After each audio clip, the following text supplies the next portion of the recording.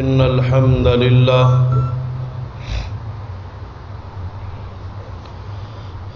نحمده ونستعينه ونستغفره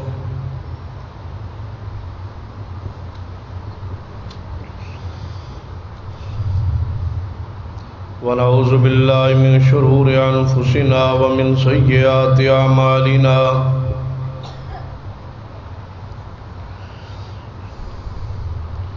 من يهد الله فلا مضل له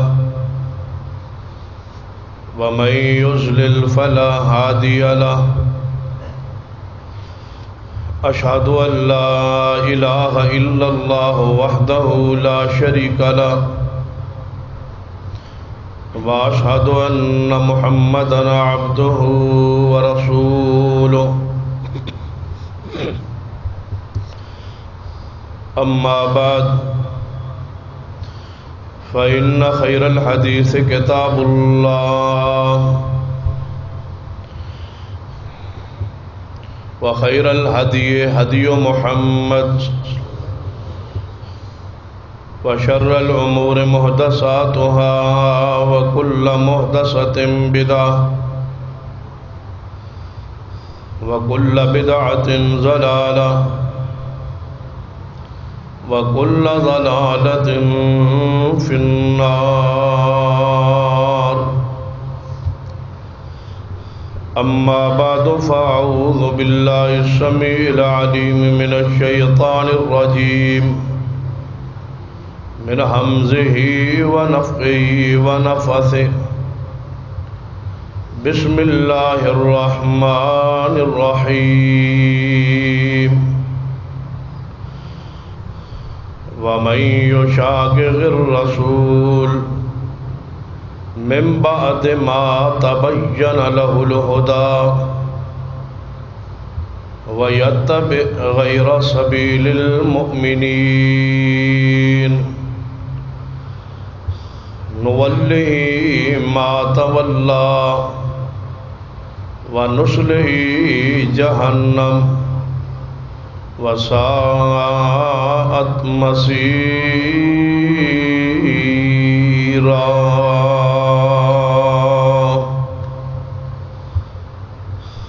رب اشرح لي صدري ويسر لي أمري واحلل عقدة من لساني يفقهوا قولي رب زدني علما سبحان ربك رب العزة عما يصفون وسلام على المرسلين والحمد لله رب العالمين.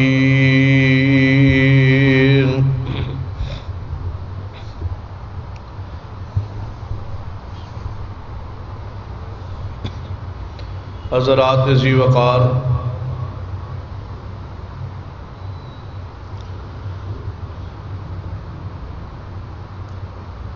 ہر سال رمضان المبارک کا آخری خطبہ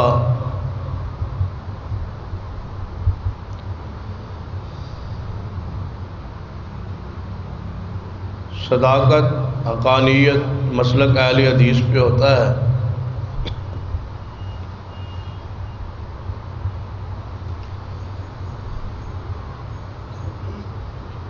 اس حوالے سے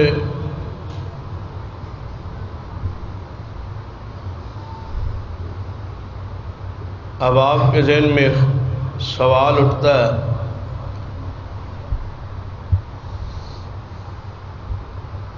کہ رمضان المبارک میں فضائل، مناقب، توبہ، استغفار، جہنم کے حالات، فکر آخرت اور جنت کی نعمتیں اور نظارے،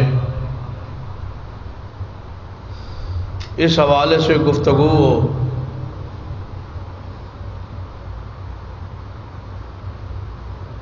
اس کی ضرورت ہی کیا ہے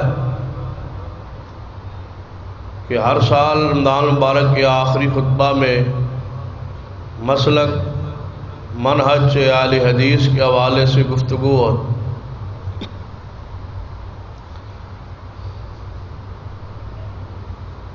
کوئی شک نہیں اس میں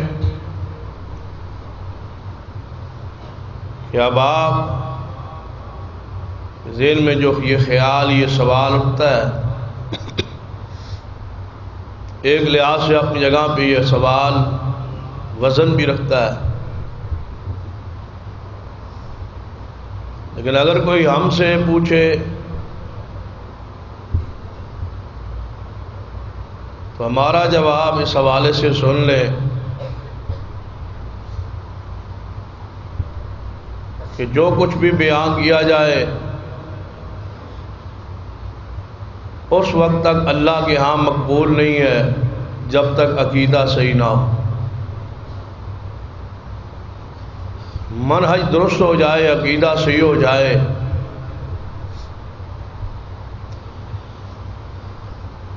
تو عمل اگر تھوڑا بھی ہو،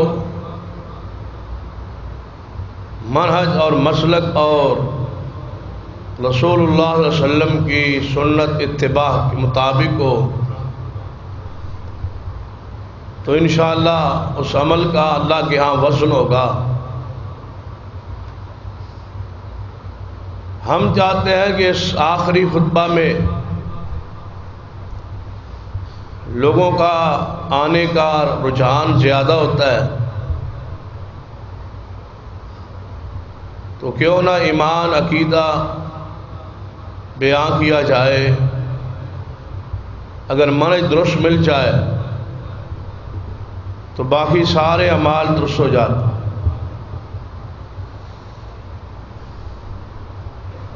یاد رکھیں یہ دور فتنوں کا دور ہے، ہر طرف فتنے ہی فتنے ہیں۔ اس فتنوں کے دور میں منہج کا درست ہونا انتہائی ضروری ہے، وگرنہ بہت سارے نوجوان فتنوں کا شکار ہوتے۔ مجھے حیرانگی اس بات پہ ہے کہ جب بھی کوئی نیا فتنہ اٹھتا ہے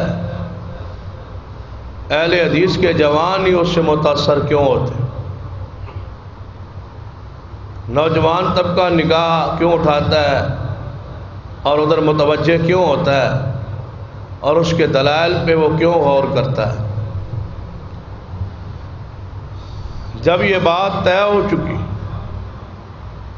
کہ یہی وہ منہج ہے جو صحابہ کرام کا تھا، یہی وہ دعوت ہے جو اہل حق کی آج تک رہی ہے، اور یہی وہ عقائد ہیں جو صحابہ کرام سے لے کر آج تک تسلسل کے ساتھ چلتے آ رہے۔ پھر جب کوئی نیا فتنہ اٹھتا ہے، کوئی نئی سوچ، نئی فکر لے کے آتا ہے، تو اہل حدیث کے جوان ہی اس فتنے سے متاثر کیوں ہوتے ہیں، کان کیوں لگاتے ہیں اور ادھر متوجہ کیوں ہوتے ہیں؟ جب آپ کے پاس دعوت حق موجود ہے، یاد رکھیے حق کے بعد گمراہی ہوتی ہے اور اس گمراہی سے بچنا آپ پر لازم ہے۔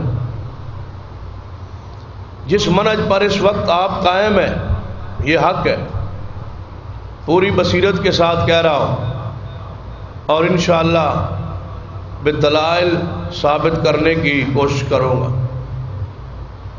اس کے بعد جو کچھ ہے وہ باطل ہے، اور کوئی بھی فتنہ اٹھے اور کوئی بھی آواز اٹھے تو آپ کو کان دھرنے کی ضرورت ہی نہیں ہے۔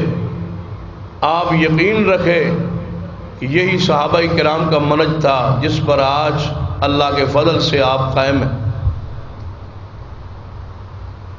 ہر سال چونکہ یہ موضوع بیان ہوتا ہے، آپ سنتے ہیں، اور غالباً اس کا ریکارڈ بھی محفوظ ہے۔ تو ہر سال میں کوشش کرتا ہوں کہ اسی موضوع کو ایک نئے اسلوب میں، انداز میں آپ کے سامنے بیان کروں، تو آپ سنیں، چونکہ پوری دنیا میں لوگ اس خطبے اور اس آواز کے منتظر تھے اور سن رہے، تو میری بات پوری توجہ کے ساتھ سنیں اور ان دلائل پہ آپ غور کریں. بات سمجھ نہ آئے تو سوال آپ کا حق ہے. آپ کو نماز کے بعد سوال کی اجازت ہو. اپنے سوالات تحریری طور پر ہمارے پاس پہنچا دیں، ہم جواب عرض کریں. لیکن ہم چاہتے ہیں کہ آپ کی اصلاح ہو جائے، لوگ فتنوں سے بچ جائیں، لڑائیوں سے، فرقہ واریت سے، جھگڑوں سے بچ جائیں اور اس منہج پہ آ جائیں جو منہج اہل حق کا تھا اور سلف صالحین کا تھا اور صحابہ کرام کا تھا. عامی آدمی اس وقت متاثر ہوتا ہے جب کسی بھی گروہ کے دلائل پہ غور کرتا ہے اور وہ دلائل جب قرآن اور حدیث سے پیش کرتے ہیں تو لازم بات ہے قرآن کی دلیل کو، حدیث کی دلیل کو کون ٹھکرا سکتا ہے. اور اہل حدیث کے متاثر ہونے کی وجہ یہ ہے، اہل باطل یہ جان چکے ہیں کہ قرآن و سنت کے بغیر ان کو ورغلایا نہیں جا سکتا، پھنسایا نہیں جا سکتا. ان کو شکار کرنا ہے تو قرآن کا حوالہ دیجئے یا حدیث کا حوالہ. ظاہری طور پر وہ حوالہ قرآن کا ہوتا ہے، حدیث کا ہوتا ہے، لیکن جو اس سے استدلال ہو رہا ہے، جو اس سے عقیدہ و نظریہ ثابت ہو رہا ہوتا ہے، وہ نظریہ، وہ عقیدہ صحابہ کرام رضوان اللہ علیہ مجمعین سے ثابت نہیں ہوتا. اب عامی آدمی کے سامنے قرآن کی آیت ہے، حدیث رسول ہے، وہ سمجھتا ہے جو یہ بات کہہ رہا ہے یہ حق ہے. اس لیے ضروری ہے کہ آپ ایک تیسری بات کا خیال رکھیں اگر آپ فتنوں سے بچنا چاہتے. جو کچھ قرآن و حدیث مجھے سمجھ آیا ہے، جب تک آپ یہ تیسری چیز کا خیال نہیں رکھیں گے آپ فتنوں سے نہیں بچ سکتے، گمراہیوں سے نہیں بچ سکتے. اور وہ تیسری چیز کیا ہے کہ جس سے بھی گفتگو ہو، جس سے بھی بات ہو اور جس بھی عقیدے کو آپ اپنائیں، قبول کریں، اس کے لیے تین چیزوں ضروری. ایک وہ بات قرآن میں ہو، اور دوسری بات اگر قرآن میں نہیں ہے تو وہ مسئلہ حدیث رسول میں ہو. قرآن اور حدیث میں ہونے کے بعد ضروری ہے کہ وہی مسئلہ، وہی عمل صحابہ کرام نے ایسے کیا ہو جیسے وہ بیان ہو رہا. لیکن اگر وہ عمل صحابہ کرام نے نہیں کیا جس طرح وہ بیان کیا جا رہا ہے، اگر ان کا یہ عقیدہ نہیں تھا تو یہ نیا استدلال، یہ نئی سوچ، یہ نئی فکر، یہ نیا نظریہ، یہ گمراہی.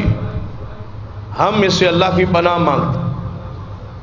ہم قرآن اور حدیث کی اتباع فرض سمجھتے ہیں، لیکن قرآن و حدیث کا وہی معنی لیتے ہیں جو صحابہ کرام نے لیا تھا، چونکہ وہ اہل حق ہیں اور ان پر جنت واجب ہو چکی ہے. یہ بات ذہن میں بٹھا لیں. قرآن کی آیت اور حدیث کو پڑھ کے، سن کے، دیکھ کے اس کے ساتھ نہ چل نکلا جائے. دیکھیں کہ یہ جو معنی بیان کر رہا ہے کیا یہی معنی صحابہ کرام نے بیان کیا ہے؟ اس آیت اور اس حدیث پر اس طرح عمل صحابہ کرام نے کیا ہے تو ٹھیک ہے، نہیں ہے تو ان کا معنی، ان کا عمل اس آیت پر جو تھا وہ یہ کیوں نہیں تھا جو یہ پیش کر رہا ہے؟ کیونکہ صحابہ کرام اہل حق ہے. قرآن نے کہا فَإِنْ آمَنُوا بِمِثْلِ مَا آمَنْتُمْ بِهِ فَقَدْ اهْتَدَوْا. ایسے مان لاؤ جیسے صحابہ کرام مان لائے. اگر ہدایت یافتہ ہونا چاہتے ہو تو ایک ہی راستہ ایمان صحابہ جیسا لاؤ. وہ حدیث پاک نبی علیہ الصلوۃ والسلام نے فرمایا کہ میری امت 73 فرقوں میں تقسیم ہو جائے گی. ان 73 فرقوں میں سے ایک گروہ جنت میں جائے گا، باقی سارے جہنم میں جائیں گے، اور وہی جنت میں جائے گا جس کا عقیدہ میرا اور میرے صحابہ جیسا ہو۔ اس لیے رسول رحمت صلی اللہ علیہ وسلم نے فرمایا تھا، جب تم اختلافات ان قریب میرے جانے کے بعد بڑے بڑے اختلافات دیکھو گے اور فتنے دیکھو گے، اختلافات دیکھو گے، ان اختلافات میں تم پہ لازم ہے علیکم بسنتی و سنت الخلفاء الراشدین المہدیین، میری سنت اور میرے خلفاء کی سنت، اس کو اپنی داڑھوں کے نیچے مضبوطی سے پکڑ لینا، تھام لینا، اس کو نہ چھوڑ۔ فتنوں سے بچنے کا یہی راستہ ہے جو قرآن پاک کی آیت مبارکہ میں بیان ہوا ہے، وَمَن يُشَاقِقِ الرَّسُولَ مِن بَعْدِ مَا تَبَيَّنَ لَهُ الْهُدَىٰ، جو شخص نافرمانی کرے سرور کائنات محمد رسول اللہ صلی اللہ علیہ وسلم، حق آ جانے کے بعد، علم آ جانے کے بعد، ہدایت آ جانے کے بعد، وَيَتَّبِعْ غَيْرَ سَبِيلِ الْمُؤْمِنِينَ، اور صحابہ کے راستے کو چھوڑ کے کسی اور راہ کی پیروی کرے، ہم اس کو پھیر دیتے ہیں وہ جدھر پھرنا چاہتا ہے، اور اس کو ان قریب ہم جہنم میں ڈالیں گے، اور وہ برا ٹھکانہ ہے۔ صحابہ کرام کا راستہ، اس راستے کو مت چھوڑی، یہی راستہ نجات کا راستہ ہے، یہی راستہ کامیابی کا راستہ ہے۔ تو سنیے، صحابہ کرام رضوان اللہ علیہ مجمعین جس آیت سے جو معنی لیا ہے وہ حق ہے، نیا معنی بات ہے۔ پیش کرنے میں تو مرزائی بھی قرآن پڑھتے ہیں، ان کے سامنے جائیں گفتگو کریں، وہ قرآن پڑھیں گے، حدیث پڑھیں۔ رافضیوں کے پاس جائیں، وہ قرآن پڑھیں گے، حدیث پڑھیں۔ رضا خانیوں کے پاس جائیں، وہ قرآن پڑھیں گے، حدیث پڑھیں۔ اناف کے پاس جائیں، وہ قرآن پڑھیں گے، حدیث پڑھیں۔ باقی جتنے گمراہ فرقے ہیں ان کے پاس جائیں، وہ قرآن پڑھیں گے، حدیث پڑھیں گے، اور عامی آدمی کو کہیں گے دیکھو یہ قرآن میں لکھا ہے، یہ حدیث میں لکھا ہے۔ لیکن یاد رکھیں، ہر قرآن پڑھنے والا، ہر حدیث پڑھنے والا حق پر نہیں ہوتا جب تک وہ معنی بیان نہ کرے جو اہل حق صحابہ کرام نے بیان کیا تھا۔ یہ ضروری ہے، نوٹ کر لیں اس بات کو، یہ اصولی بات آپ کے سامنے رکھ رہا۔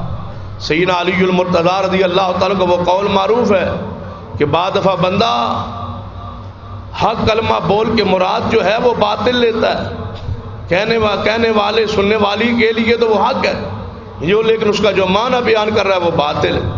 اگر آج کوئی قادیانی آپ کے سامنے قرآن کی آیت پڑھے یا حدیث پڑھے کہ عیسیٰ ابن مریم آسمان پر نہیں اٹھائے گئے اور وہ فوت ہو چکے، ان کا عقیدہ، ان کا نظریہ، اور اس پر وہ قرآنی آیات پڑھتے ہیں، حدیث پڑھتے ہیں، کہتے ہیں اس سے یہ ثابت ہو رہا ہے، اور پھر گرامر کی روشنی میں معنی کرتے ہیں قرآنی الفاظ کا، حدیث کے الفاظ کا۔ قرآن پاک میں موجود ہے، فلما توفیتنی، جب ہم نے عیسیٰ ابن مریم کو ظاہری معنی، اب مرزائی قادیانی کیا کرتے کہ جب میں نے تجھے فوت کر لیا تھا، اور اہل اسلام اس کا معنی کیا کرتے ہیں، جب عیسیٰ ابن مریم کو اللہ تعالیٰ فرمائیں گے کہ عیسیٰ ابن مریم اللہ کے سامنے کھڑے ہوں گے، فرمائیں گے اللہ جب تو نے مجھے پورا اپنی طرف اٹھا لیا، ہم اس کا معنی مسلمان کر رہے ہیں پورا اٹھا لینا، اور مرزائی معنی کر رہے ہیں فوت کرنا۔ اب دیکھیں قرآن ہے، گرامر میں یہ دونوں معنی لکھے ہوئے ہیں، فوت کرنا بھی معنی لکھا ہوا ہے، پورا لینا بھی معنی لکھا ہوا ہے۔ گرامر کھول لیں، مرزائی وہ آپ کو سامنے توفیتنی کا وہ معنی پڑے گا، قرآن پڑھیں، حدیث پڑھیں۔ اب قرآن میں توفیتنی کا معنی کئی مقامات پر فوت کرنا بھی ہے، کہیں معنی اسی کا پورا لینا بھی ہے۔ تو اگر مرزائی یہ معنی آپ کے سامنے بیان کرے، قرآن پڑھے، تو کیا آپ گمراہ ہو جائے؟ کیا اس کی بات کو آپ مان لیں؟ اور ملتان شہر میں ایک آمدی لاہوری گروپ کے مرزائی کے ساتھ میری تقریباً 2 گھنٹے گفتگو ہوئی اس کی کوٹھی پر اسی مسئلے، فلما توفیتنی، وہ کہے کہ نہیں اس کا معنی یہ، ہم کہیں نہیں اس کا معنی یہ، تو سوچ یہ ہے کہ ہم اس کو ریکارڈ، معاہدہ تھا ان کا کہ ہماری یہ گفتگو ریکارڈ پر نہیں آئے گی اور ریکارڈ نہیں ہو، وگرنہ وہ خاموش تھا، لاجواب تھا۔ لیکن بات سن لیں جو میں آپ کے سامنے رکھنا چاہتا ہوں، فلما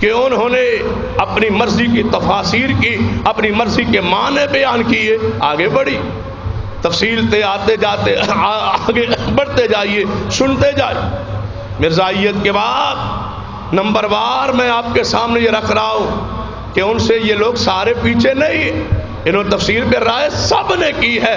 رب کی زمین پر ایک گروہ ہے جس نے قرآن کی تفسیر میں اپنی رائے کو، اپنی سوچ کو پیش نہیں کیا، قرآن کا اور حدیث کا وہی معنی کیا ہے جو محمد مصطفیٰ کے صحابہ نے کیا، اور وہ اہل الحدیث ہے۔ باقی سب نے اپنی پوری باطل یہ کوشش اس میں داخل کرنے کی کوشش کی۔ دیکھیے رافضی ہے، رافضیوں نے قرآن کی تفسیر میں بے شمار اپنی تبدیلی اور بے شمار اس میں اپنے اقوال اور اپنی رائے، اپنی فکر کو داخل کرنے کی کوشش کی ہے، آیات کا وہ معنی نہیں کیا جو مصطفیٰ کے صحابہ نے کیا۔ قرآن پاک میں ہے انما یرید اللہ لیذھب عنکم الرجس اہل البیت ویطہرکم تطہیرا، اللہ اس بات کا ارادہ رکھتا ہے اے اہل بیت کہ تمہیں رجس سے، دنیا بتوں کی پوجا سے، شرک سے، بدعات سے اور دنیا کی چاہت و محبت سے تمہارے دلوں کو صاف پاک کر دے، اور تمہیں ایسے پاک کرے جیسے پاک کرنے کا حق۔ ہم نے کہا، محدثین نے کہا، صحابہ کرام نے کہا کہ اس آیت میں ازواج رسول کا ذکر ہے اور ازواج رسول کو رجس سے پاک کرنے کا اعلان ہے۔ جواب میں رافضیوں نے کہا نہیں، ہم نہیں مانتے۔ پوری امت ایک طرف کھڑی ہے، کہتے ہیں نہیں مانتے، صحابہ ایک طرف کھڑے ہیں، کہتے ہیں نہیں مانتے۔ اس کا معنی یہ ہے کہ سیدنا علی المرتضیٰ، سیدہ فاطمہ الزہرا، سیدنا حسن و حسین، یہ چار ہستیاں گناہوں سے پاک ہیں، معصوم۔ ہم نے کہا اس آیت کا یہ معنی صحابہ نے بیان نہیں کیا، محدثین نے بیان نہیں کیا۔ ہمارا یہ عقیدہ ہے کہ سیدنا علی، سیدنا حسن، سیدنا حسین، سیدہ فاطمہ الزہرا، اللہ ان پہ کروڑوں رحمتیں نازل فرمائے، وہ گناہوں سے محفوظ تو تھے لیکن معصوم نہیں تھے۔ محفوظ ہونا اور بات ہے، اللہ انہیں کبائر سے بچائے رکھے یہ اور بات ہے، لیکن گناہ معصوم کا معنی یہ ہوتا ہے جس سے گناہوں کا ہونا کا امکان ہی نہ ہو، وہ رب کی زمین پر ایک ہی معصوم ہے اور وہ محمد صلی اللہ علیہ وسلم۔ پوری امت کا اجماع و اتفاق ہے اس بات پر، لیکن وہ نہیں مانتے۔ وہ کہتے ہیں نہیں، امت جہاں جہنم میں جائے نعوذ باللہ، ہم نہیں مانتے۔ ہم وہ مانیں گے جو ہماری رائے ہے، ہماری سوچ ہے، ہماری فکر ہے، ہمارا عقیدہ ہے۔ یہ باطل گروہ پہلے ایک معنی کا اپنا عقیدہ بناتے ہیں، عقیدہ بنانے کے بعد یہ قرآن سے دلائل تلاش کرتے ہیں، حدیث سے دلائل تلاش کرتے ہیں، اور جہاں آیت اور حدیث کا کوئی معنی اس طرح کا مل جائے وہ لوگوں کے سامنے پیش کرتے ہیں، یہ لکھا ہے قرآن میں، یہ حدیث میں، ہمارا عقیدہ ثابت ہو گیا۔ اگر ثابت نہ بھی ہو تو کہتے ہیں کیا حرج ہے، ہم نے کوئی بنا لیا تو عقیدہ۔ یہ اہل حق کو مطمئن کرنے کے لیے، اہل حق کے جوابات، سوالات کے جوابات دینے کے لیے دلائل تلاش کرتے ہیں، ان کو دلائل کی ضرورت ہی نہیں۔ دلائل تو وہ لے جس کا مسلک دلیل پر قائم، لیکن صرف اہل حق کو مطمئن کرنے کے لیے، لاجواب کرنے کے لیے قرآن سے، حدیث سے دلائل یہ تلاش کرتے ہیں۔ مل جائے تو ٹھیک ہے، نہ ملے تب بھی یہ اپنے عقیدے پر تو قائم۔ ہم کہتے ہیں اللہم صلی علی محمد وعلی آل محمد، اے اللہ رحمت نازل کر سیدنا علی المرتضیٰ پر، سیدہ فاطمہ الزہرا پر، حسن و حسین پر۔ لیکن اس آیت کا یہ معنی، یہ گمراہی نہیں لیتے آپ۔ اور میری اس حوالے سے سہیوال مٹ کمری شہر میں تقریر کے بعد کچھ رافضی ہے، انہوں نے کہا ہم اس حوالے سے آپ سے گفتگو کرنا چاہتے ہیں، ہمیں ٹائم، میں نے کہا ابھی ٹائم ہے، آپ گفتگو کر۔ تو بہرحال 1 گھنٹے کے اندر اندر معاملات طے ہوئے، ہوٹل پہ گفتگو شروع ہو۔ ایک ہوٹل پہ انہوں نے وقت طے کر لیا، رات 12 بجے گفتگو شروع ہوئی، فجر تک جاری رہی۔ کہتے ہیں اس آیت سے مراد عصمت اہل بیت ہے۔ میں نے کہا نہیں، انما یرید اللہ لیذھب عنکم الرجس اہل البیت ویطہرکم تطہیرا، یہ ازواج رسول کے بارے آیت ہے جو رجس سے پاک ہوئی اس وقت جب محمد مصطفیٰ کے حرم میں نکاح میں آئی۔ تم تو کہتے ہو علی رضی اللہ تعالی، میں نے کہا اس آیت کا معنی کیا ہے؟ اس آیت کا معنی تو یہی ہے نا کہ اللہ ری سے پاک کرنا چاہتا ہے. تم تو کہتے ہو علی پیدائشی معصوم ہے, فاطمہ پیدائشی معصوم ہے, پھر اللہ پاک کس کو کرنا چاہتا ہے؟ یہ تمہارے قول عقل منہج کے خلاف ہے آیت مبارکہ. اللہ کی قسم ہے 10-15 منٹ کے بعد پھر میرے پاس 4 گھنٹے بیٹھے رہے, کہتے ہم اس مسئلے میں مطمئن ہو چکے ہیں, ہمارے ذاکریوں کا ذاکروں کا مجتہدوں کا عقیدہ درست نہیں ہے. اس سے کم از کم وہ معصوم ثابت نہیں ہوتے. ہم کوئی اور دلیل تلاش کریں گے, اس آیت سے وہ کم از کم معصوم ثابت نہیں ہوتے. ہم نے یہ مان لیا. قرآن کو پڑھے, حدیث کو پڑھے. یہ معنی نہیں ہے جو لوگ کرتے ہیں آیات کا حدیث کا معنی نیا کر کے لوگوں میں گمراہیاں پھیلاتے. فتنوں کا دور ہے, میڈیا کا دور ہے, چینلوں پہ گمراہ لوگ بیٹھے, اور حیرانگی کی بات رمضان کے مہینے میں تو بیٹھے ہی گمراہ. جو کنجر میراثی ٹوم ہے وہ سارے کے سارے چینلوں پر بیٹھے ہیں اور رمضان کے مسائل و احکام بیان کر رہے ہیں. مفتی حضرات سارے بیٹھے, عورتیں بیٹھے, وہ فتوے جاری کر رہی, جو کہتی ہے منہ سے زبانی جاری ہے, سلسلہ جاری. ہمیں کہتے ہیں فرقہ واریت نہ پھیلائیں, یہ جھگڑے ہیں, یہ لڑائی ہیں. ہم کیا کریں؟ ہماری یہ مجبوری ہے, ہمارے یہ منصب کی تقاضا ہے کہ ہم قوم کے سامنے قرآن بیان کریں, مصطفیٰ کی حدیث بیان کریں اور صحابہ کا وہ منہج بیان کریں تاکہ یہ نوجوان نسل فتنوں سے بچ کے مصطفیٰ کے دین پر قائم رہے. سنیے, غور فرمائی, قرآن پاک کی آیت ہے وَامْسَحُوا بِرُؤُوسِكُمْ وَأَرْجُلَكُمْ. قرآن وضو کی آیت بیان کرتے کرتے فرمایا اپنے سر کا مسح کرو, وَأَرْجُلَكُمْ, اور اپنے پیروں کو دھوو. رافضی نے کہا نہیں, اس کا معنی ہے اپنے پاؤں کا مسح کرو. اب فطرت تقاضا کرتی تھی کہ پاؤں کو دھویا جائے. یہ رافضیوں کا مسئلہ فطرت کے بھی خلاف ہے, عقل کے بھی خلاف ہے, کیونکہ پورے جسم کا کون سا ایسا جو زمین پہ لگتا ہے؟ پاؤں. اگر پاؤں نہیں دھونے تو منہ دھونے کی ضرورت کیا ہے؟ فطرت کہتی ہے پاؤں دھو. اس لیے رافضی مجبور ہے جب وضو شروع کرتے ہیں تو پہلے آ کے کیا کرتے ہیں؟ پاؤں دھوتے ہیں. فطرت پہ مجبور ہے, مسلک نہیں ہے, منہج نہیں ہے, عقیدہ نہیں. عام لوگوں میں مشہور ہے نا کہ ان کا وضو پاؤں سے شروع ہوتا ہے. ایسی بات نہیں, ان کا وضو ہاتھ سے شروع ہوتا ہے, ہاتھ ہی دھوتے ہیں, لیکن پاؤں کو پہلے آ کے دھوتے ہیں, وضو سے خارج سمجھتے ہیں. کہتے ہیں یہ وضو کا حصہ نہیں ہے, ہم پاؤں کو دھو رہے ہیں تاکہ یہ مسح کے قابل ہو جائے. اس کا مطلب ہے دھونا تمہاری فطرت بولتی ہے کس کو دھونا چاہیے. دھونے پہ تم مجبور کیوں؟ اگر قرآن میں مسح ہی تھا تو تمہیں دھونے پہ فطرت نے مجبور کیوں کیا ہے؟ پہلے آ کے دھوتے کیوں؟ تمہاری فطرت کہتی ہے کہ پاؤں مٹی پہ لگے ہوئے ہیں, اس کو دھونا چاہیے. کاش تم فطرت کو مان لیا, ہم نے محمد مصطفیٰ کی حدیث کو مان لی. یہی تو فرق ہے. لوگ فطرت کو مانتے ہیں, عقل کو مانتے ہیں, رائے کو مانتے ہیں, اپنی مرضی کو مانتے ہیں, حدیث کو ماننے کے لیے تیار نہیں ہے, رسول اللہ کے عمل کو تیار نہیں. کہتے ہیں نہیں, وَامْسَحُوا بِرُؤُوسِكُمْ وَأَرْجُلَكُمْ. اس پر انہوں نے بہت ساری عربی گرامر کی بحث کی. وہ چونکہ آپ کی متعلقہ بحث نہیں ہے کہ یہاں یہ وارجلکم لام پر زبر کیوں ہے, پیچھے زیر کیوں ہے, یہ ایک علمی بحث ہے جس سے آپ عوام الناس کی متعلقہ بات نہیں.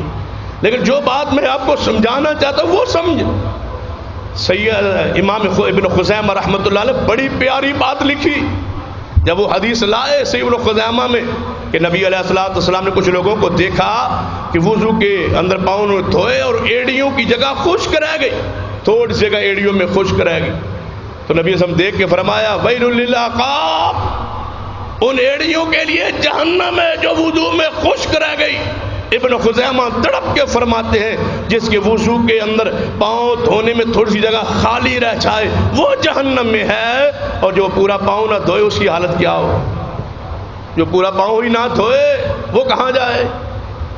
نبی علیہ السلام تھوڑی سی جگہ خشک ہے, جہنم کی خبر دی ہے, جہنم کی ویل کی خبر دی ہے. جہنم کا گڑھا ہوگا جس کے پاؤں کی ذرا جگہ خشک ہو, جس کا پورا پاؤں ہی خشک ہو. جو پاؤں ہی نہ دھوئے اس کی حالت کیفیت کیا ہو؟ تو ہم نے کہا یہ آیت نازل ہوئی تھی محمد رسول اللہ پر, صحابہ نے اس آیت پہ عمل کیا.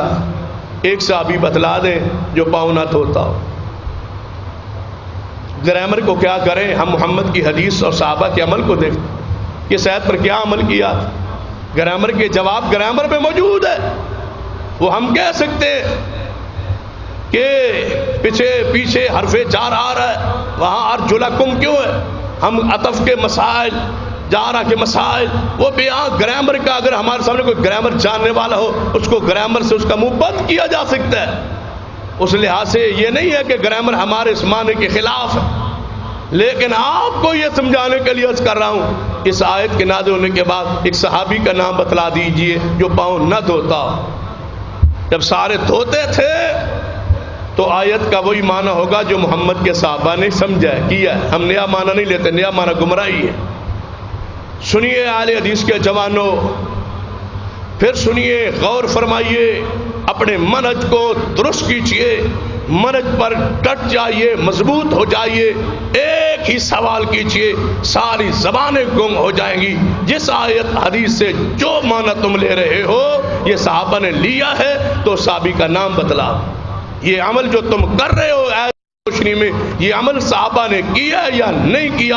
اگر نہیں کیا تم گمراہ ہو, صحابہ حق پر ہے, تم قرآن کو نہیں سمجھ پائے جتنا صحابہ کرام نے قرآن کو سمجھا تھا. دیکھیے قرآن نے کیا کہا. سیدنا ابراہیم علیہ السلام تشریف فرمایا, آپ کی زوجہ محترمہ سیدہ سارہ علیہ السلام بھی موجود ہے. جبریل آئے, خبر لائے کہ تمہارے ہاں بڑھاپے میں بیٹا ہوگا. سیدہ سارہ علیہ السلام نے سنا, عورت کی فطرت ہے, بڑھاپے میں تھی, بوڑھی تھی, خلاف عقل بات سن لی, خلاف فطرت بات سن لی. بچہ تو جوانی میں ہوتا ہے اور اپنی عادت کے مطابق, جیسے عورتوں کی عادت ہوتی ہے, کوئی خوشخبری ملے یا کوئی غم کی بات ملے یا اچانک کوئی عجوبہ ملے تو اپنے ہاتھ کو اس طرح اپنے رخساروں پہ مارتی اور کہتی ہے یہ کیا ہوا. تو سارہ علیہ السلام نے اپنے ہاتھ کو اس طرح اپنے چہرے پہ مارا, ہائے وہ بیٹا میرا ہوگا, مجھ سے بیٹا ہوگا, یہ کیا کہہ رہا ہے. حیرانگی کا اظہار کیا, تعجب کا اظہار کیا. کیا تھا قرآن میں کہ اپنے ہاتھ کو اپنے چہرے پر مارا؟ حیرانگی میں, تعجب میں. اب سنیے رافضیوں کی تعویل, معنی مفہوم. کہتے ہیں یہ تو قرآن سے بھی ثابت ہے کہ کوئی غم یا خوشی کی خبر آئے تو ماتم کرنا چاہیے. سارہ علیہ السلام اپنے منہ نہیں پیٹا تھا, منہ پہ ہاتھ نہیں مارا تھا.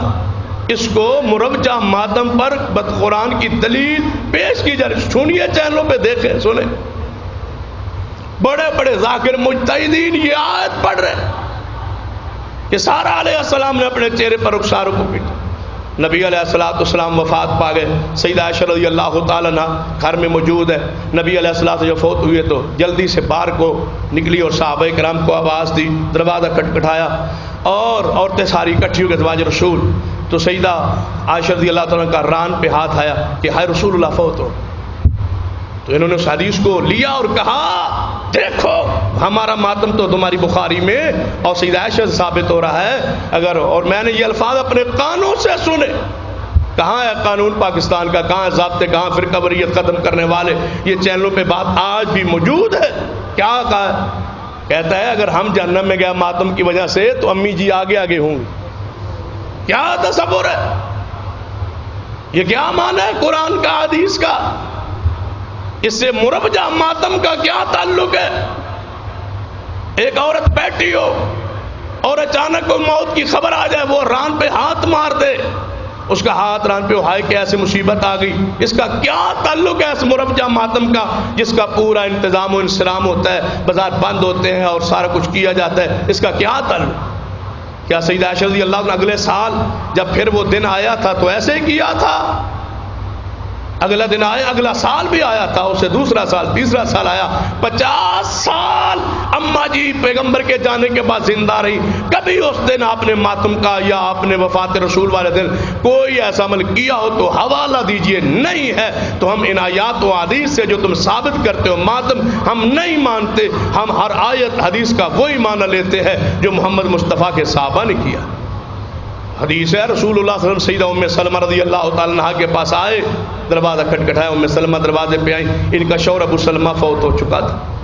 نبی علیہ السلام نے فرمایا ام سلمہ میں نے سنا ہے تم نے عورتوں میں کوئی اکٹھا کرنے کا وہ پروگرام بنایا ہے اور تم اپنے شوہر کے لیے رونے کی کوئی محفل سجا رہی ہو. سیدہ ام سلمہ کو محبت تھی اپنے شوہر سے, انہوں نے پروگرام بنایا کہ کل ہم عورتوں کو اکٹھا کر کے ابو سلمہ کو روئیں گے اور مدینے میں پیغام دیں گے کہ جتنا میں روئی ہوں اپنے شوہر کو کوئی عورت آج تک نہیں روئی. تاریخ بنانا چاہتی ہوں. نبی علیہ السلام اطلاع ملی, آپ تشریف لائے, دروازہ کھٹکھٹایا, فرمایا ام سلمہ کیا کرنا چاہتی ہو؟ من ضرب الخدود وشق الجیوب ودعا بدعوى الجاہلیہ فلیس منا, جو یہ کام کرے اس کا میرے ساتھ کوئی تعلق نہیں ہے. فرمایا یا رسول اللہ مجھے محبت ہے اپنے شوہر سے, وہ فوت ہو چکا ہے. فرمایا ایسے نہ کرو, دعا کرو کہ اللہ اس مصیبت کا اجر دے دے, اس سے کوئی بہتر انتظام کر دے, اور یہ دعا پڑھا کرو. سیدہ ام سلمہ فرماتی میں دعا پڑھتی رہی, وہ اس ماتم سے, اس رونے کی محفل سے اپنے آپ کو بچا لیا, توبہ کر لی. جب عدت کے ایام گزرے میں نے دعا پڑھتی پڑھتی اللہ نے میرے ساتھ یہ حسن سلوک اور صبر کی وجہ سے, حدیث کی وجہ سے اتنی رحمت کی کہ جب عدت کے ایام گزرے مصطفیٰ نے میرے ساتھ نکاح کا پیغام بھیجا, اللہ نے مجھے ام المومنین بنا دی. یہ شرف ہے رسول اللہ علیہ وسلم کی سنت پر, حدیث پر عمل کرنے کا یہ مقام ملا.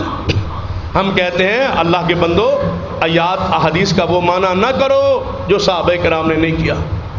آگے آگے بڑھیے, تیسرے گروہ کی طرف آتے ہیں.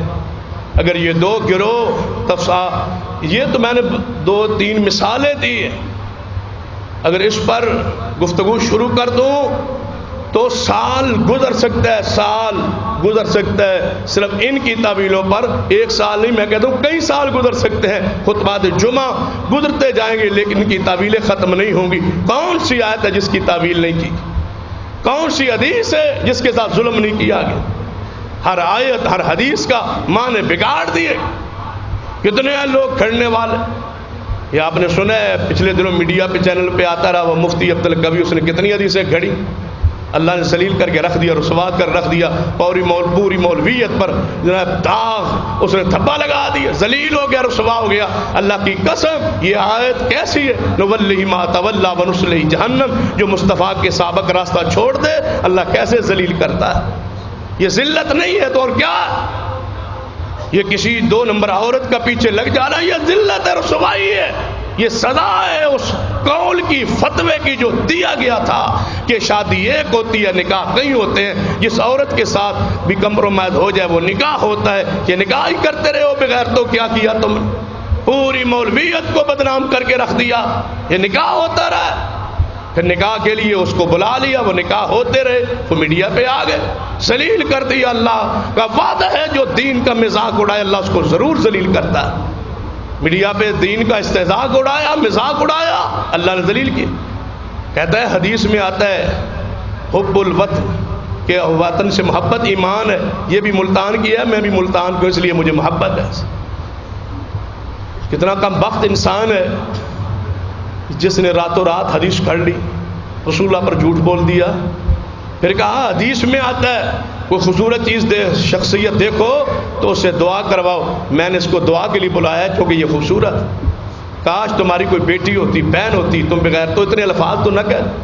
لوگوں نے سنے, رمضان میں یہ تماشا ہوتا رہا ہمارے میڈیا, لوگ دیکھتے رہے, سنتے رہے اور انجوائے کرتے رہے. یہ دین ہے, یہ شریعت, قرآن و سنت کا اعلانیہ مذاق اڑائے. سنیے تیسرا گروہ ان سے پیچھے نہیں, وہ کہتے ہیں سرور کائنات محمد رسول اللہ صلی اللہ علیہ وسلم اللہ کے نور میں سے نور پیدا ہو. بتائیں یہ کوئی معمولی جملہ ہے؟ اللہ کے نور سے کسی چیز, کسی ہستی کو پیدا کرنا جانتے ہو کس کا انکار ہے؟ قل هو اللہ احد اللہ الصمد لم یلد ولم یولد. یہ اس آیات الہیہ کا انکار ہے, سورۃ الاخلاص کا انکار ہے. یہ سورۃ اخلاص کو 3 مرتبہ پڑھے تو اللہ قرآن کا ثواب دیتا. 1 مرتبہ پڑھ لے 10 پارے پڑھنے کا ثواب ہے. کیا کہا؟ اللہ کے نور سے پیدا ہوئی. یہ کوئی معمولی جملہ ہے؟ قرآن کی آیت پڑھی گئی. ظلم یہ ہے کہ پہلے عقیدہ بناتے ہیں پھر قرآن پڑھتے. لقد جاءکم من اللہ نور و کتاب مبین یہدی بہ اللہ, اللہ کی طرف سے تمہارے پاس نور آیا اور کتاب آئی ہے. یہ قرآن سے صاحب ہے. کس صحابی نے کہا ہے اس آیت کا یہ معنی ہے؟ کس نے کہا ہے یہ معنی ہے؟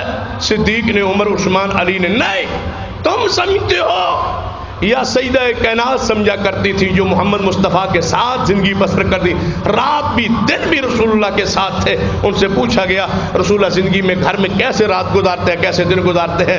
فرما بکریوں کا دودھ دھونا پڑے خود دھو لیتے ہیں، جوتی مبارک ٹوٹ جائے ٹانکا خود لگا لیتے ہیں۔ فکانا بشرا من البشر، میرے محمد ایک بشری تو ہیں۔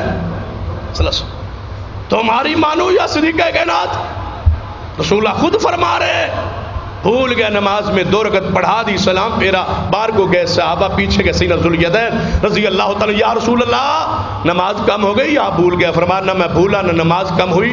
فرمایا پھر آج آپ نے زور کی، یہ عصر کی 4 رکعت پڑھانی تھی، پھر 2 کیوں پڑھائی؟ فرمایا میں نے 2 پڑھا دی ہے۔ جی ہاں یا رسول اللہ، واپس پلٹے، فرمایا صحابہ صدق ذوالدین یہ سچ کہتا ہے کہ میں نے آج 2 پڑھائی ہے؟ جی ہاں یا رسول اللہ۔ فرمایا اچھا آؤ پھر 2 پڑھتے، 2 رکعت پڑھی گئی، سیدہ صاحب کیا گیا، سلام پھیرا گیا۔ آپ نے فرمایا میرے صحابہ سن لو، انما انا بشر، میں ایک بشر ہوں، انسا کما تنسون، میں بھول جاتا ہوں جیسے تم بھول جاتے ہو۔ جب میں بھول جایا کروں پیچھے سبحان اللہ کہہ کے اپنے محبوب و مرشد کو یاد کرا دیا کر۔ یہ دین ہے، یہ شریعت قرآنی نص ہے۔ انما انا بشر مثلکم، میں ایک بشر ہوں مثل تمہاری، فرق یہ ہے یوحا الیہ، میری طرف وہی آتی ہے، میرے طرف دین آتا ہے، شریعت آتی ہے، جبریل آتا ہے، میں معصوم ہوں، ساری کہنا سیال و افضل ہوں۔ بشر کا معنی یہ نہیں ہے کہ مصطفیٰ کو اپنے جیسا، اپنے بھائی جیسا یا بڑوں جیسا کہا جائے۔ اللہ کی قسم ہے بڑے بھائی یا باپ کیا ہے، ساری کائنات محمد کے جوتوں پہ قربان ہے۔ رسول اللہ کی عزت عظمت کا مقابلہ کون کر سکتا ہے؟ غلط بندہ ہے وہ جو کہتا ہے کہ اہل حدیث کا یہ نظریہ ہے کہ نبی علیہ السلام ہمارے جیسے، ہم کون ہیں محمد مصطفیٰ جیسے ہونے والے؟ ساری مخلوق مل کے مصطفیٰ کے جوتوں کے برابر بھی نہیں ہو سکتی۔ اگر مجھ سے پوچھنا چاہتے ہو تو سن لو، نبی علیہ السلام کے مقام کو، شان کو، عزت و عظمت کو اللہ کی قسم ہے کائنات پوری کی پوری ایک پلڑے میں رکھ دی جائے اور دوسرے پلڑے میں نبی کے جسم کا ایک بال، سر مبارک سے گرنے والا ایک بال رکھ دیا جائے، ساری کائنات مل کے محمد کے ایک بال کی قیمت بھی ادا نہیں ہو سکتی۔ کیا تم سمجھتے ہو رسول اللہ صلی اللہ علیہ وسلم کی حیثیت کو، شان کو، مقام؟ کون انکاری ہے اس بات؟ لیکن جو آیت پڑھ کے تم معنی بیان کرتے ہو یہ معنی جھوٹا ہے، ہم اس کو نہیں مانتے۔ یہ قرآن میں تعویل ہے، ہم نہیں مانتے۔ یہ نیا استدلال ہے، ہم نہیں مانتے۔ اس سے یہ معنی کرنا کہ نبی پاک اللہ کے نور سے پیدا ہوئے یا رب کی بھی توہین ہے، رسول اللہ کی عزت کے بھی خلاف۔ کتنی ہی آیات ہے جو پڑھی جاتی ہے، قید ہے، اس سے مراد نبی علیہ الصلوۃ والسلام حاضر و ناظر ہے۔ کیا خیال سمجھتے ہو کہ رسول اللہ صلی اللہ علیہ وسلم ہر جگہ موجود ہے، ہمیں دیکھ رہے، اس وقت ہمیں دیکھ رہے؟ کائنات کی کوئی جگہ ایسی نہیں ہے جہاں نبی علیہ السلام دیکھ نہ رہے ہوں۔ مجھے بتلاؤ یہ عزت ہے یا توہین؟ جانتے ہو یہ لباس کس بندے سے چھپانے کے لیے تم پہنتے ہو؟ یہ اپنا جسم چھپانے کے لیے جو لباس پہنتے ہو یہ کس سے؟ ماں سے، باپ سے، بھائیوں سے، رشتہ داروں سے، اولاد سے اور انسانوں سے چھپانے کے لیے یہ ہم لباس پہنتے ہیں۔ کیا تصور کرتے ہو اللہ سے کوئی بندہ چھپ سکتا ہے؟ نہیں، یہ مخلوق سے حیا ہوتا ہے۔ کیا تصور کرتے ہو کہ نبی علیہ السلام ہر جگہ دیکھتے تھے، نبی کی شان بیان کرتے ہو؟ نہیں، ہر جگہ دیکھنا اللہ کی شان ہے، اللہ کا مقام ہے، یہ اللہ کی عزت ہے، اللہ کا وقار ہے، وہ ان چیزوں سے پاک ہے۔ میرے محبوب حیا والے، شرم والے، معصوم ہے، شریعت کے مکلف ہے۔ وہ لباس صحابہ پہنتے تھے، عورتیں پردہ کرتی تھی، عورتوں کا عقیدہ تھا جب ہم پردہ کر لے نبی ہمارے چہرہ نہیں دیکھتے، یہی صحابیات کا منہج تھا۔ اور اسی میں نبی کی عصمت ہے، اسی میں نبی کی شان ہے، اسی میں نبی کا مقام ہے کہ ہر جگہ دیکھنا یہ اللہ کی صفت ہے، اللہ کے علاوہ کوئی نہیں دیکھ سکتا۔ ہم نہیں مانتے قرآنی آیات و حدیث وہ جن کا یہ معنی کیا جائے، یہ معنی نیا ہے، یہ سوچ نئی ہے، یہ نیا نظریہ ہے، کیونکہ صحیح البخاری، مسلم، ابو داؤد، نسائی، ترمذی، ابن ماجہ جتنی حدیث کتابیں آج تک گزر چکی ہے، کسی کتاب میں کسی محدث نے یہ باب باندھ کے نیچے دلائل نہیں لائے۔ یہ 14ویں صدی کا یہ عقیدہ ہے، 150 سال پہلے یہ عقیدہ عرب کی زمین پر نہیں بنایا گیا تھا، کسی کا تصور بھی نہیں تھا۔ اور میں منبر پر باوضو روزے کی حالت میں کھڑا ہوں، اگر میں یہ کہہ دوں تو مبالغہ نہیں ہوگا کہ آج سے 150 سال پہلے اس عقیدے کے بارے میں کسی سوچا بھی نہیں تھا کہ کبھی کوئی مسلمان گروہ ایسا بھی آئے گا جس کا یہ عقیدہ ہو، سوچا بھی نہیں تھا، رکھنا تو دور کی بات۔ قرآن کی آیت، ہم حیران اس وقت ہوتے ہیں، لوگ آتے ہیں یہ جی قرآن کی آیت پڑھتے ہیں، او بھئی آیت تو ہے قرآن میں، حدیث تو ہے، لیکن یہ معنی نہیں آ، یہ سوچ نہیں ہے، یہ صحابہ نے عقیدہ ثابت نہیں کیا اور انہوں نے بیان نہیں کیا، محدثین کتابوں میں نہیں لکھا۔ دیکھ لے جشن میلاد آتا ہے، اس پر قرآنی دلیلیں ہوتی ہیں، قرآن کی دلیلیں ہوتی ہیں۔ اللہ فرماتا ہے قل بفضل اللہ برحمتہ فبذلک فلیفرحوا، جب اللہ رحمت فضل کرے تمہیں خوشی منانی چاہیے، قرآن سے ثابت ہو گیا خوشی۔ اچھا قرآن سمجھ تمہیں ہی آیا تھا نا، صدیق کو سمجھ نہیں آیا۔ یہ آیت جو تم پڑھتے ہو یہ صدیق نے سمجھی یا نہیں؟ عمر فاروق و عثمان و حیدر نے سمجھی ہے یا نہیں؟ جس آیت کا جو معنی صدیق و عمر عثمان شیر خدا نے نہیں کیا، وہ نیا معنی ہم بیان کر کے ہم نے صحابہ کے راستے سے ہٹنا ہے، یہ نیا ایمان ہے۔ ابو لہب نے لونڈی آزاد کی، پتنی کیا کیا دلائل دیتے ہیں، اللہ کی پناہ۔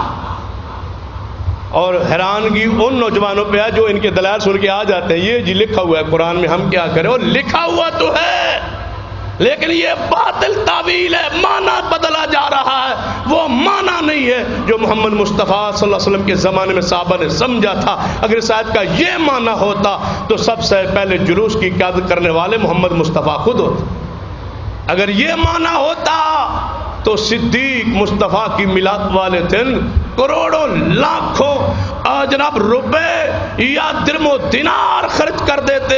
وہ عثمان جو غزوہ جہاد کے لیے سینکڑوں ہزاروں اونٹ دیا کرتے تھے، کبھی نبی پاک کی میلاد والے دن 1 روپے بھی انہوں نے چندے میں جمع کرایا ہو کہ صحابی نے اکٹھ کیا ہو تو حوالہ لائیے، نہیں ہے تو ہاتھ جوڑتا ہوں قرآن کی تعویل چھوڑ دو، مصطفیٰ کی تعویل، حدیث کی تعویل چھوڑ دو، وہ معنی کرو جو مصطفیٰ کے صحابہ نے کیا۔ آگے بڑھتے جائیے، مسئلہ علم غیب ہو، مسئلہ اصال ثواب ہو۔ کچھ مہینہ 2 مہینے گزرے ہوں، اپریل کی غالباً 11 تاریخ کی بات، اپریل میں ایک مولوی نے کہا میں ثابت کرتا ہوں کل 7واں 40واں، وہ حدیث پڑھ رہا ہے۔ حدیث کیا ہے؟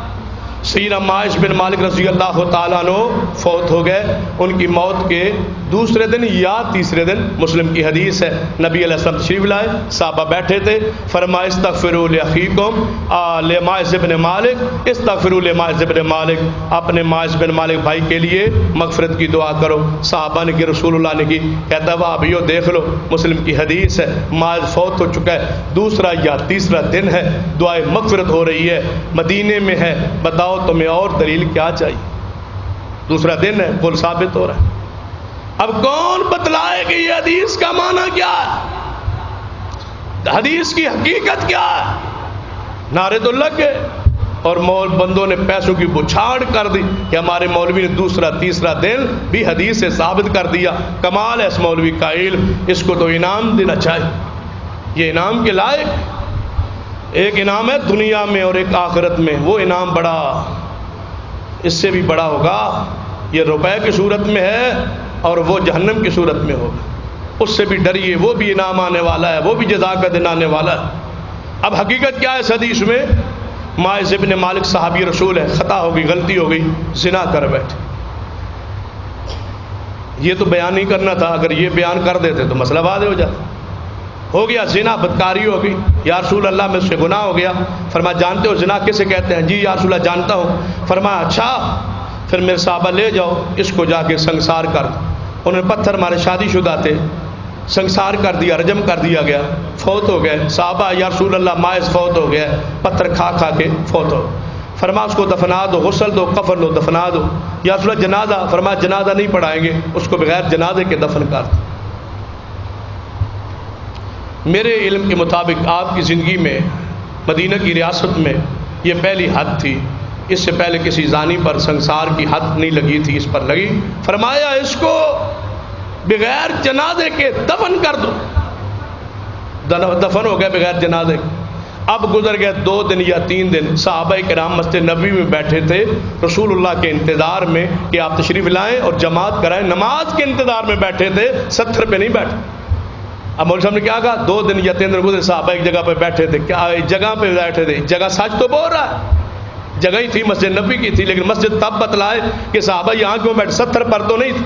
اب سننے والے کیا تصور کر رہے تھے کہ کہاں بیٹھے ہیں، 70 کہیں بیٹھک میں، گلی میں کوئی ٹاٹ بٹھا کے بیٹھے ہوں گے، تعزیت بنا 70 بنا، ایسا تو نہیں تھا۔ مسجد میں جماعت کے انتظار میں بیٹھے تھے، رسول اللہ لیٹ ہو گئے، صحابہ نے ویسے ذکر چھڑ نکلا کس کا، ماعز کا۔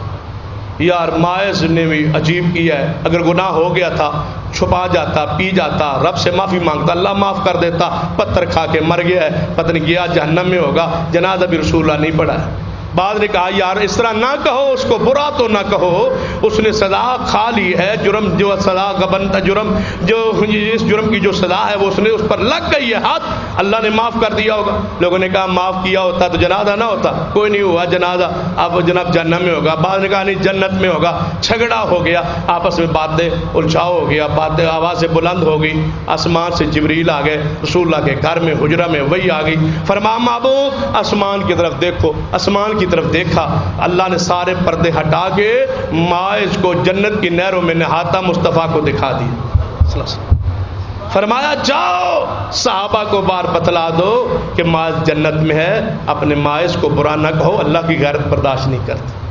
رسول اللہ بار تشریف لائے، فرمایا میرے صحابہ اٹھو، ماعز کو برا نہ کہو، تم ماعز کو برا کہہ رہے تھے، جی ہاں، اس نے فرمایا یہ اللہ کو ناپسند ہے، آؤ با جنازہ پڑھے، اس کے لیے مغفرت کی دعا کرے۔ 3 دن بعد جنازہ پڑھا گیا، رسول اللہ نے اس کے لیے دعا کی، یہ حقیقت تھی، کہاں مربجہ کل 7واں 40واں، کہاں یہ مصطفیٰ کی حدیث، اگر یہ قانون ہوتا، ضابطہ ہوتا، اس سے کوئی یہ چیز ثابت ہوتی تو اور کہیں وہ فوتیدگیاں ہوئی، مدینہ میں ایسا کام نہیں ہوا۔ یہ حدیث کا باطل معنی ہے، رسم و رواج پر حدیث کو پیش کرنا یہ ظلم ہے، حدیث پر حدیث کا وہی معنی رہے گا جو مصطفیٰ کے صحابہ نے بیان کیا، نیا معنی گمراہی۔ اور کئی مسائل ہیں، کس کس کو میں چھیڑوں، کہتے ہیں شرک جو مرضی کرتے رہو، اس امت میں مشرک کوئی ہو ہی نہیں سکتا، حدیث میں آتا ہے۔ نبی علیہ السلام نے فرمایا میرے صحابہ مجھے خطرہ ہی نہیں ہے کہ تم میرے بعد شرک کرو گے، جو مرضی کرتے رہو، اب یہ امت توحید ہے، یہ امت مشرکہ ہے، مشرک ہے ہی نہیں، اس میں شرک ہو ہی نہیں سکتا۔ یہ بخاری کی حدیث کا غلط معنی ہے جو آج تک محدثین نے بیان نہیں کی۔ حدیث کا معنی یہ تھا، رسول اللہ نے فرمایا کہ مجھے خطرہ ہے تم دنیا میں معاملات میں کھو جاؤ گے لیکن تم میرے بعد شرک کرو، یہ اس بات کا مجھے کوئی خطرہ نہیں ہے۔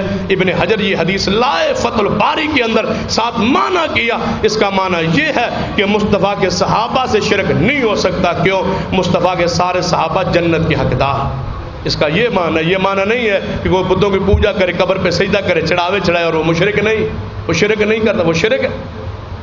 جو بندہ بتوں کی پوجا کرتا ہے وہ شرک ہے۔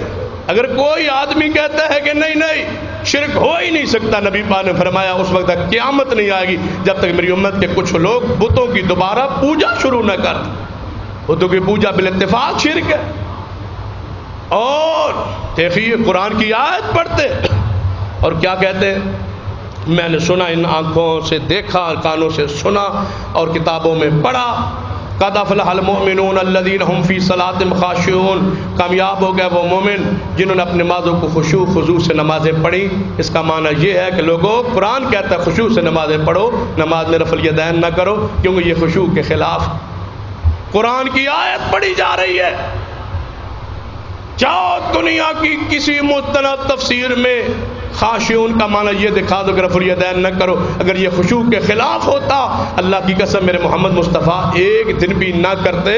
تم تو کہتے ہو پہلے کیا کرتے تھے، اس کا مطلب ہے کہ پہلے خشوع کے خلاف نمازیں اچھی نہیں، نبی علیہ السلام نے ہمیشہ کیا، ہر نماز میں کیا، ہر رکوع میں کیا، ہر رکوع سے سر اٹھاتے کیا۔ میں پوری بصیرت کے ساتھ کہا کرتا ہوں، ایک جگہ نہیں کئی جگہ پہ کہا ہے، میں کہا کرتا ہوں قرآن اگر میرے ہاتھ میں آ جائے، میں ہاتھ پہ قرآن پہ ہاتھ رکھ کے کہہ سکتا ہوں، بیت اللہ کا غلاف پکڑ کہہ سکتا ہوں۔ میرے نبی نے جس طرح رفع الیدین کے بغیر نماز شروع نہیں کی، اسی طرح نبی پاک نے کبھی رکوع بھی رفع الیدین کے بغیر نہیں کیا۔ پوری بصیرت کے ساتھ کہہ رہا ہوں، امانتاً دھیانتاً کہہ رہا ہوں، اگر اس کے بعد تم نہیں کرو گے رفع الیدین تو قیامت والے دن میرا ہاتھ اور گریبان تمہارا ہوگا، اور اگر میں نے جھوٹ بولا، خیانت کی ہو، مسلک کی تعصب میں اہل حدیثوں کی وجہ سے یہ بات کی ہو، تو قیامت والے دن ہاتھ آپ کا گریبان میرا ہوگا، فیصلہ میرا رب کرے گا قیامت والے۔ آگے بڑھیے حدیث سنیے، قرآن پاک جب ہم کہتے ہیں نماز میں فاتحہ پڑھو تو جواب میں قرآن وَإِذَا قُرِئَ الْقُرْآنُ، جب قرآن پڑھا جائے غور سے سنو، قرآن میں آتا ہے تم قرآن کو مانتے نہیں ہو، یہ حدیث قرآن کے خلاف ہے۔ اللہ کے بندو، اللہ سے ڈرو، چاہو دنیا کے کوئی صحابی کسی کا نام بلاؤ جس نے یہ آیت پڑھ کے کہا ہو کہ اس سے مراد فاتحہ نہیں۔ اس کا معنی یہ ہے جب تبلیغ کے لیے قرآن پڑھا جائے تو غور سے سنو تاکہ تم پر اللہ کی رحمت نازل ہو، جب نماز میں قرآن پڑھا جائے اس وقت فاتحہ پڑھنا ضروری ہے، فرض ہے۔ کیوں؟ جن پر قرآن نازل ہوا وہ سب سے بہترین اور معصوم شارع ہیں قرآن کے۔ معصوم شارع کون ہے؟ کیا معنی کہ میں تفسیر کروں، کوئی بندہ تفسیر کرے، کوئی عالم تفسیر کرے، اس کی تفسیر معصوم نہیں ہے، غلطی کا امکان ہے۔ قرآن کی جو تفسیر میرے محمد کرے وہ معصوم ہے، اس میں غلطی کا امکان نہیں۔ رسول اللہ نے فرمایا جب میں نماز پڑھا رہا ہوتا ہوں، قرآن پڑھ رہا ہوتا ہوں، میرے پیچھے کوئی چیز پڑھتے ہو، صحابہ چپ ہو گئے، فرمایا فاتحہ پڑھا کرو، اس کے بغیر اللہ نماز قبول نہیں کرتا۔ رسول اللہ نے فرمایا جو فاتحہ نہ پڑھے اس کی نماز مردہ ہے، مردہ ہے، مردہ ہے۔ حدیث ہے جو امام کے پیچھے فاتحہ نہ پڑھے اس کی نماز نہیں ہوتی۔ ایک حدیث کتاب القرآن البیہقی میں ہے، ایک حدیث بخاری میں ہے، ایک حدیث مسلم میں ہے، ایک حدیث ابو داؤد اور ترمذی میں ہے، جو اس وقت 4 حدیث میں آپ کے سامنے رکھ چکا۔ قرآن کی آیت پڑھتے ہیں، قرآن میں آتا ہے جب قرآن پڑھا جائے چپ کرو، بھائی آتا تو ہے لیکن یہ معنی نہیں ہے جو تم کرتے ہو، یہ موقع محل نہیں ہے جہاں تم فٹ کرتے ہو، یہ معنی نہیں۔ قرآن میں آتا ہے اولی الامر کی اطاعت کرو، اس کا معنی امام حنیفہ کی تقلید کرو، یہ غلط معنی ہے۔ فاسألوا اہل الذکر ان کنتم لا تعلمون، تم نہ جانتے ہو تو اہل علم سے سوال کرو، اس کا مطلب امام کی تقلید کرو، یہ جھوٹا معنی ہے۔ سیدنا معاذ بن جبل فرماتے ہیں دین میں تقلید نہ کرو، عبداللہ بن مسعود فرماتے ہیں دین میں تقلید نہ کرو۔ قرآن کی آیت سے تقلید، جب قرآن کی آیت نازل ہوئی تھی اس سے تقلید ثابت ہو رہی تھی کہ تقلید کرو۔ کس کو حکم دیا جا رہا تھا؟ قرآن کے پہلے مخاطب تو محمد مصطفیٰ تھے۔ ظالموں کس کو کہہ رہے ہو کہ قرآن میں تقلید کا حکم رسول اللہ اور صحابہ کے لیے؟ صحابہ چلو رسول اللہ صلی اللہ علیہ وسلم ذات کو باہر نکالتے ہیں، صحابہ کے لیے اللہ فرمائے کہ تقلید کرو۔ صحابہ کو قرآن میں اگر حکم ہوتا یا حدیث میں حکم ہوتا تو وہ کسی نہ کسی شخص کو اپنے لیے تقلید کا امام بناتے، نہیں بنایا۔ تو یاد رکھیے ہم ہر آیت حدیث کا وہی معنی لیتے ہیں جو محمد مصطفیٰ کے صحابہ نے لیا۔ یہ نقطہ بٹھا لو ذہن میں، میں بار بار آپ کو سمجھا رہا ہوں کہ جس آیت جس حدیث سے جو باطل مولوی استدلال کرے اور کہے اس سے یہ معنی ثابت ہوتا ہے، اس آیت کا یہ معنی ہے، ایک ہی سوال کیجئے یہ معنی صحابہ نے کیا ہے یا نہیں کیا؟ فرقہ وریت کا یہی توڑ ہے، اس کے علاوہ فرقہ وریت ختم نہیں ہو سکتی۔ فرقہ وریت ختم ہو سکتی ہے اس صورت میں کہ سارے علماء کی تعویلیں جلا دی جائیں، ختم کر دی جائے، اور آیت حدیث کا وہ معنی لیا جائے جو مصطفیٰ کے صحابہ نے بیان کر کے عمل کر کے امت کو بتلایا۔ بہت سارے گمراہ فرقے ہیں، میں کس کس کا ذکر کروں؟ اس کے لیے تو ایک خطبہ اور چاہیے۔ قرآن پاک میں آیت ہے وَلَا تَشْتَرُوا بِآيَاتِي ثَمَنًا قَلِيلًا وَلَا تَشْتَرُوا بِآيَاتِي ثَمَنًا قَلِيلًا۔ یہودیوں کو اللہ نے عیسائیوں کو کہا، مولویوں کو کہا، یہودی عیسائیوں کو مولویوں کو کہ آیات الہیہ کے جناب تھوڑی قیمت کے بدلے نہ بیچو۔ اے علماء سو، احبار و رہبان، یہودیوں عیسائیوں، تورات انجیل کو چھپا کے غلط فتوے دیتے ہو، پیسے لیتے ہو۔ غلط مسئلہ بتا کر پیسے لینے سے قرآن نے منع کیا۔ یہود و نصارہ کے علماء کو ان کی یہ عادت تھی کہ مسئلہ پیسے لے لیتے تھے، غلط فتویٰ دے دیتے تھے، جیسے ہمارے دور کا مفتی ہے، پیسے لے لیتے تھے، فتویٰ دے دیتے۔ قرآن نے منع کیا۔ ایک فرقہ اٹھا کراچی سے، اس نے کہا کہ جو مولوی تنخواہ لیتا ہے اس کے پیچھے نماز نہیں ہوتی، کیونکہ قرآن میں آتا ہے تھوڑی قیمت کے بدلے قرآن کو نہ بیچو۔ کہاں کی آیت کہاں لگا؟ 18 مساجد کراچی میں بنائی، اللہ کی رحمت سے ساری بند ہوتی جا رہی ہیں، نہ بغیر تنخواہ کے کوئی مولوی ملتا ہے، مسجدیں بند ہو گئے، برباد ہو گئے، ذلیل ہو گئے۔ قرآن کا غلط معنی کیا۔ پھر جو اسلامیات کے پروفیسر ہیں پھر ان کی تو اجرت بھی حرام ہوگی، پھر قرآن چھاپنے والے کمپنیوں کا جناب اجرت کمائی حرام کی ہوگی. یہ سارے دین کے مسائل تو ہیں.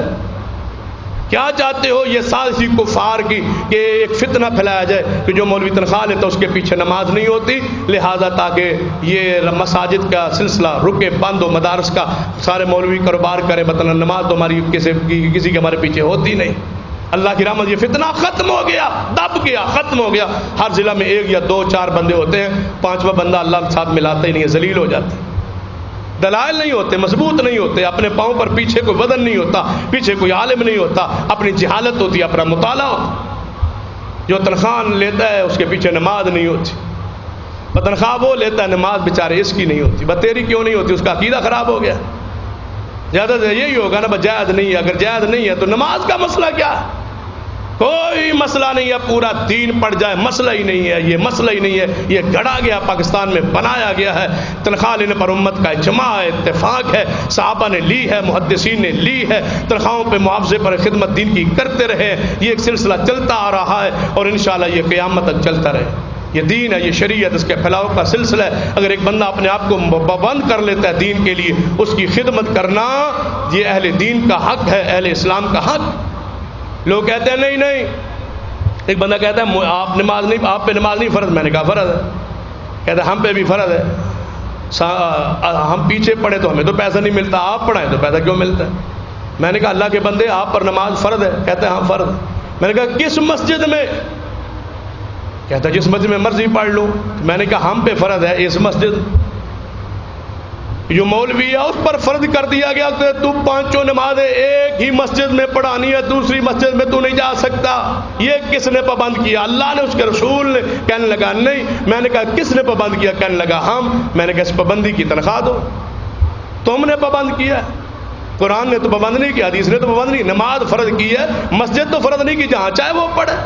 جب وہ پابند ہو جائے گا, کہیں نہیں جا سکتا, تم میں پڑھائے گا نماز, جمعہ خطبہ خدمت کرے گا, بچوں کو پڑھائے گا, اس کا حق ہے کہ وہ جناب مصروف ہو جائے, اور آپ کا حق ہے کہ اس کو دین کی خدمت کریں, اس دین کی وجہ سے کی خدمت کریں. قرآن میں آتا ہے جی انبیاء سوال نہیں کرتے تھے کافروں سے.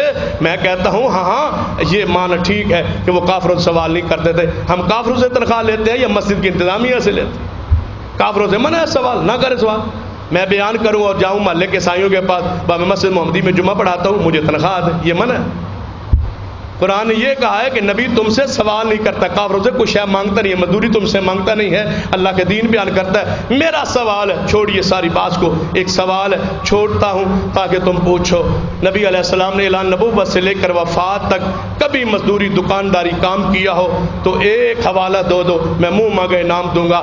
23 سال بصیت نبی گزارے, آپ نے کوئی تنخواہ نہیں لی, 11 بیویاں گھر میں موجود تھیں, کوئی کام کوئی مزدوری نہیں کی. پھر 23 سال گزارے کیسے؟ صحابہ خدمت کرتے رہے, مصطفیٰ اسی سے اپنی زندگی گزارتے رہے.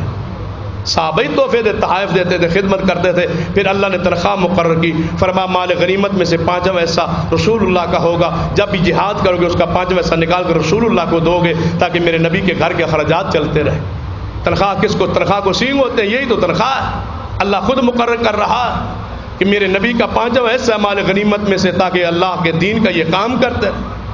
کہتے ہیں نبی علیہ السلام پر جادو نہیں ہوا, قرآن کی آیت پڑھتے ہیں, کہتے ہیں قرآن میں لکھا ہے کہ کافر کہتے تھے اس پر جادو ہو چکا ہے, لہذا اگر ہم یہ مان لیں تو ہم تو, ہمارا تو عقیدہ کافروں جیسے ہوگا. اللہ کے بندو کافر تو کہتے تھے یہ نبی بشر ہے, کھاتا پیتا ہے, کیا ہم وہ بھی کہنا چھوڑ دیں؟ وہ تو کہتے یہ بشر ہے, بشر پر وہی آتی, ہم نہیں مانتے, کیا ہم بشر کہنا چھوڑ دیں؟ نہیں.